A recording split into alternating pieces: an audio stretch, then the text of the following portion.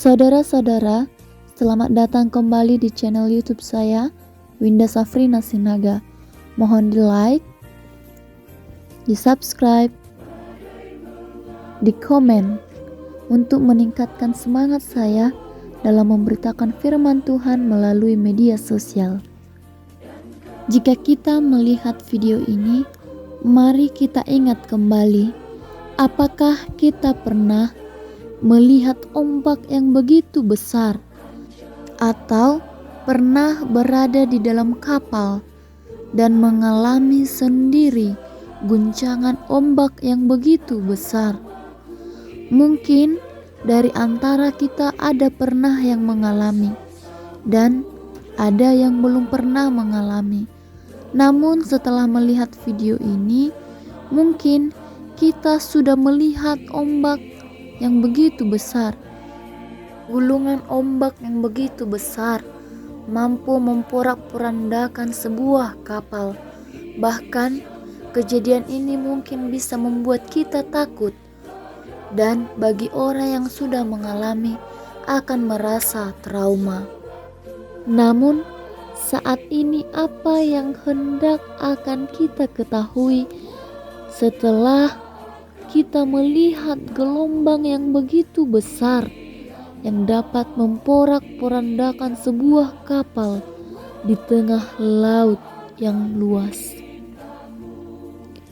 Sejauh ini, apakah pernah kita melihat ada manusia yang dapat menghardik dan mendiamkan gelombang ombak yang begitu besar dan kemudian terdiam dan tenang? Sejauh ini saya belum pernah mengetahui ada manusia yang mampu melakukan keajaiban yang besar tersebut. Namun di konten ini saya akan memberitahukan siapakah yang mampu, yang bisa melakukan mukjizat atau kuasa yang sebesar itu, mampu mendiamkan dan menghardik gelombang ombak yang begitu besar. Sosok yang mampu melakukan kuasa dan mukjizat yang begitu besar itu adalah bernama Yesus. Keajaiban yang sungguh luar biasa ini dilakukan hanya sepatah kata, dan ombak yang besar itu pun tenang dan diam. Saya akan menceritakan kuasa Yesus. Pada saat sore telah tiba, Yesus berkata kepada para rasul supaya mereka pergi ke pantai seberang, yang maksudnya di seberang Kapernaum. Laut Galilea dikelilingi pegunungan dan permukaan air biasanya hangat. Udara dingin dari pegunungan kadang turun ke permukaan air yang hangat sehingga menimbulkan badai besar di laut itu. Itulah yang sekarang terjadi. Beberapa rasul Yesus sebenarnya berpengalaman dalam mengemudikan perahu. Namun kali ini mereka mengalami kesulitan. Ombak terus menghantam perahu mereka. Perahu itu pun kemasukan air dan berada dalam bahaya. Tapi Yesus tidak terbangun, karena ketika itu Yesus merasa kelelahan dan tertidur di atas perahu. Para rasul cepat-cepat berusaha mengendalikan perahu itu.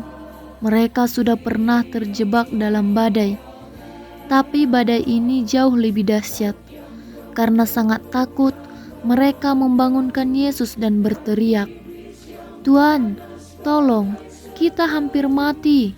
Para rasul berpikir mereka akan tenggelam. Saat Yesus bangun, dia berkata kepada muridnya, "Kenapa kalian begitu takut? Kalian yang imannya kecil?" Kemudian dia berkata kepada angin dan laut, "Diam, tenang." Badai itu pun berhenti dan laut menjadi tenang. Setelah Yesus berkata demikian, maka ombak yang besar itu pun terdiam dan tenang. Kemudian para rasul saling memandang, melihat kuasa dan keajaiban yang terjadi pada saat itu.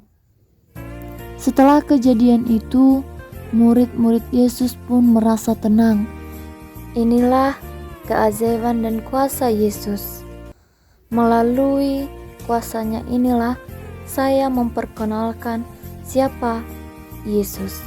Yesus menunjukkan keajaiban dan kuasanya dengan memerintah alam, sehingga alam pun tunduk kepadanya.